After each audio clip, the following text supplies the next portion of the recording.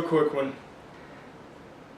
This is a small but one of the most important lessons ever. When you make a fist,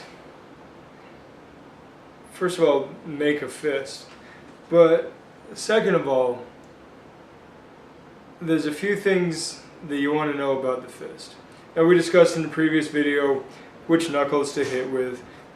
I say as long as you're focusing on the big knuckle and your punch feels natural, the rest of it can fall in line with whatever your style and preference is. But here's the basic idea. You've got the ball of the hand here. That's kind of what you're gripping.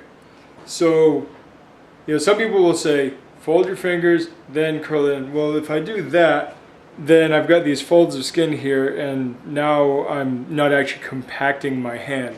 So what I want you to do is actually grip into the middle of your palm and kind of pull up a little bit. Now, from here, you're going to notice that the smaller fingers wrap a little more tightly so that the knuckles are not in a perfect line. That's okay. Now, the thumb. You can do a couple things with the thumb. You can put it here, or some people will wrap it all the way down here. I've seen cases for both. I'm a little more comfortable with it up here. It's more relaxed.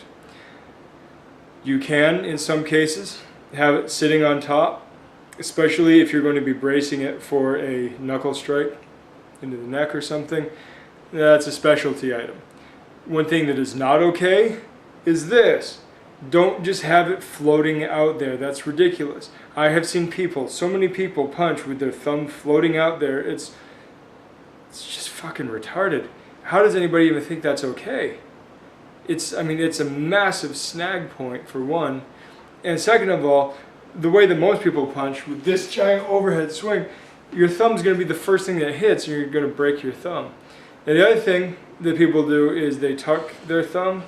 This is also absolutely horrible because now you've got, instead of the pressure going into the meat of your hand and your thumb bracing against the outside of your palm with it on the inside, all that force that's going in, if you make even the slightest miscalculation into your fingers, now you've got that pressure transferring from your fingers into your knuckle, and you're going to end up with a broken thumb or dislocated thumb, and that sucks.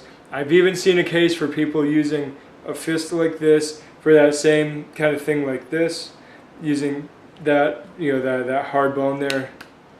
I don't like it as much. This, I feel like I can smash into somebody's soft spots without too much problem. This, I still feel, I keep aiming at the screen and not at the lens. But with this, I still feel like I'm gonna bust my thumb if I slam it into even somebody's neck. So, not this or any variation of the thumb floating out there. Make the fist, squeeze it around the ball of the hand, just like you had a roll of quarters there or something. And then just tuck the thumb. I go first knuckle, some people go second knuckle. It doesn't matter, it's really your preference. Wing Chun, we tend to have the thumb out a bit, so when, it's tucked, but it's off to the side. So punching with my thumb tucked just across the first knuckle was a little more natural just because of that kind of training. But that's really all there is. Form your fist correctly and stop breaking your hands when you're hitting people. Also means you have to condition your hands. Start hitting things 25% power, hit hard things, like trees at like 25% power, and just condition your hands up a bit. That's all I got for you. I'll talk to you guys later. Good journey.